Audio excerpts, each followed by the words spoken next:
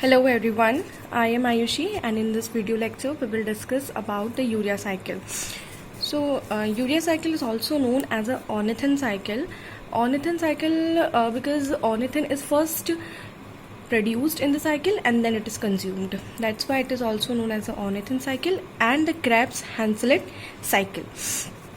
Urea cycle एक biochemical reaction का cycle होता है जिसके अंदर अमोनिया से यूरिया फॉर्म होता है. So it is a cycle of a biochemical reaction that produces urea from ammonia.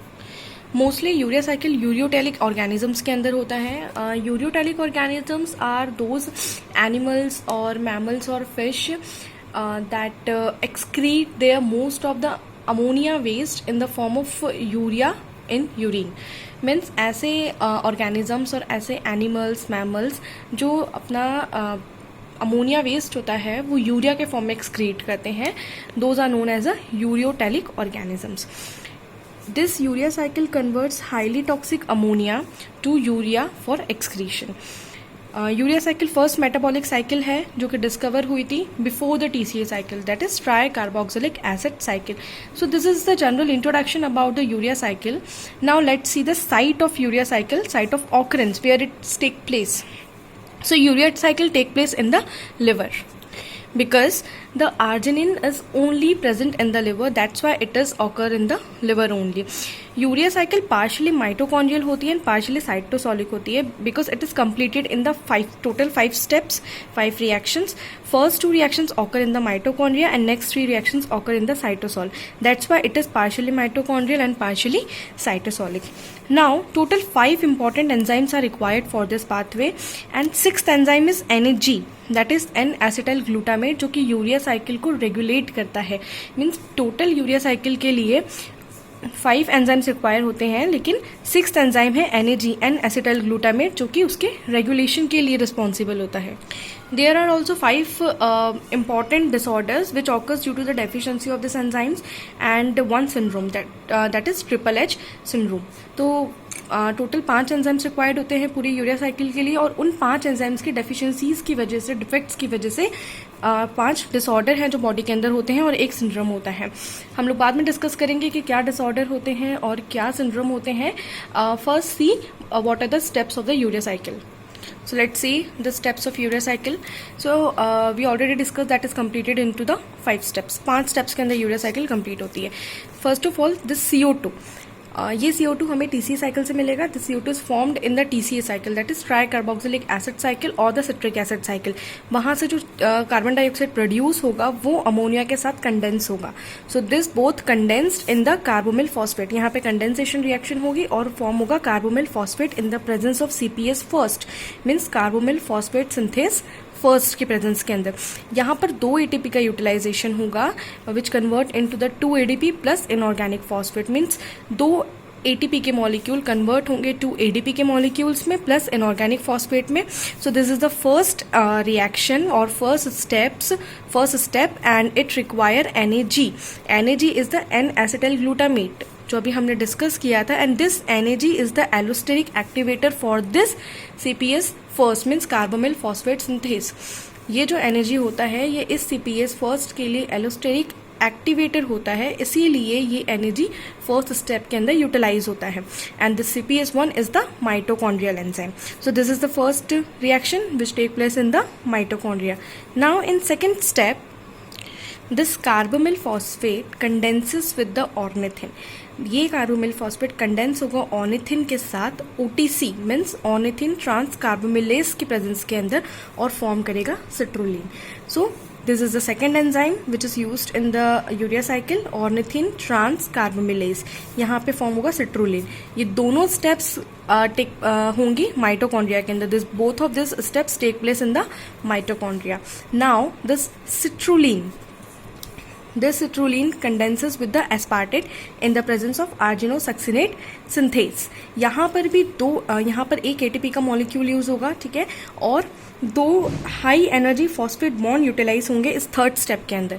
This is the third step and यहाँ पे 2 high energy phosphate bond utilise होंगे, इसीलिए 2 ATP के मॉलिक्यूल यहाँ पे कंज्यूम होंगे. Means ATP is consumed into the AMP, that is adenosine monophosphate plus inorganic pyrophosphate. तो यहाँ 2 ATP के मॉलिक्यूल फर्स्ट स्टेप के अंदर यूटिलाइज हो रहे थे और 2 high energy phosphate bond utilise हो रहे हैं हमारी थर्ड स्टेप के अंदर. इट मीन्स यहाँ पर भी 2 ATP के मॉलिक्यूल जो है वो कंज्यूम होंगे. नाउ यहाँ पे आर्जिनोसक्सिनेट फॉर्म होगा. अब ये आर्जिनोसक्सिनेट जो है आर्जिनोसक्सिनेट लाइज की प्रेजेंस में फॉर्म करेगा fumarate plus arginine. Means this argininosuccinate is converted into the fumarate and arginine in the presence of the arginosuccinate lyase, which is our fourth enzyme. अब ये जो आर्जिनिन है ये आर्जिनेज की presence में फिर से ऑर्निथिन फॉर्म करेगा and in this step urea is formed और urea is generated as a side product. यहाँ पर यूरिया जनरेट होगा. तो this is all about the steps of the urea cycle. Carbon dioxide से हमने स्टार्ट किया था. ये कार्बन डाइऑक्साइड हमें TCA साइकिल से मिला था. अमोनिया के साथ कंडेंस होगा कार्बोमिल फॉस्फेट सिंथेज की प्रेजेंस में और फॉर्म करेगा कार्बोमिल फॉस्फेट. ये जो CPS फर्स्ट एंजाइम था ये माइटोकॉन्ड्रियल एंजाइम था और यहाँ पे 2 ATP का यूटिलाइजेशन होगा. 2 ADP और इनऑर्गेनिक फॉस्फेट के अंदर वो कन्वर्ट होंगे एनर्जी की प्रेजेंस में. मीन्स एन एसिटाइल ग्लूटामेट जो कि एलोस्टेरिक एक्टिवेटर होता है CPS फर्स्ट का. अब हमें जो कार्बोमिल फॉस्फेट मिला है ये ऑर्निथिन के साथ कंडेंस होगा ऑर्निथिन ट्रांस कार्बोमिलेज की प्रेजेंस में और फॉर्म करेगा सिट्रुलिन. ये दोनों रिएक्शन होंगी माइटोकॉन्ड्रिया में और बाकी की जो नेक्स्ट 3 रिएक्शंस होंगी फर्स्ट सेकंड थर्ड ये 3 रिएक्शंस होंगी साइटोप्लाज्म के अंदर. ये 2 रिएक्शंस होंगे माइटोकॉन्ड्रिया के अंदर. अब ये जो सिट्रुलिन है ये आर्जिनोसक्सिनेट सिंथेज की प्रेजेंस में एस्पार्टेट के साथ कंडेंस का होगा और फॉर्म करेगा आर्जिनोसक्सिनेट. यहाँ पर 2 high energy phosphate bond utilise होंगे और इसीलिए 2 ATP के मॉलिक्यूल जो है वो कंज्यूम होंगे. आर्जिनोसक्सिनेट जो है आर्जिनोसक्सिनेट लाइस की प्रेजेंस में फॉर्म करेगा फ्यूमरेट एंड द आर्जिनिन और ये जो आर्जिनिन है वो फिर से ऑर्निथिन फॉर्म करेगा in the presence of arginase and the urea is generated. So this is all about the steps of the urea cycle. So there is the generation of the 1 molecule of urea. Urea के एक molecule के अंदर 2 nitrogen होते हैं और ये जो 2 nitrogen होते हैं वो हमें मिलते हैं. एक मिलता है अमोनिया से और एक मिलता है एस्पार्टेट से. तो बहुत बार एग्जाम्स में एक क्वेश्चन पूछा जाता है कि यूरिया के मॉलिक्यूल में नाइट्रोजन का सोर्स क्या है. The source of nitrogen in the urea is ammonia and aspartate. This is a very important point. Now let's see about the regulation. What is the regulation of the urea cycle. अभी हमने देखा था energy first step में हमने urea cycle अभी हमने first step में urea cycle के डिस्कस किया था कि एन एसिटाइल ग्लूटामेट जो होता है वो एलोस्टेरिक एक्टिवेटर होता है CPS फर्स्ट का. So this is the enzyme which regulate the whole pathway. This pathway is allosterically regulated by the NAG. NAG is N-acetyl glutamate, which is the allosteric activator of the CPS first. Now see the energetics.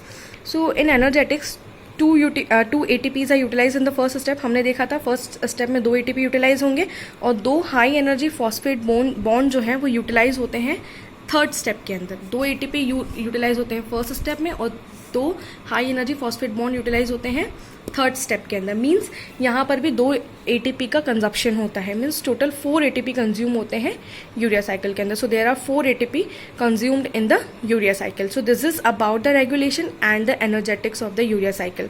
Now let's see what are the important disorder which occur during the deficiency due to the deficiency of these enzymes. So first is hyperammonemia type 1. So hyperammonemia type 1 occur due to the deficiency of CPS first. CPS first हमारा second enzyme था. Second step में जो enzyme utilise होता है वो है CPS first. उसकी deficiency की वजह से होता है hyperammonemia type 1. Second disorder है हमारा हाइपर अमोनीमिया टाइप 2.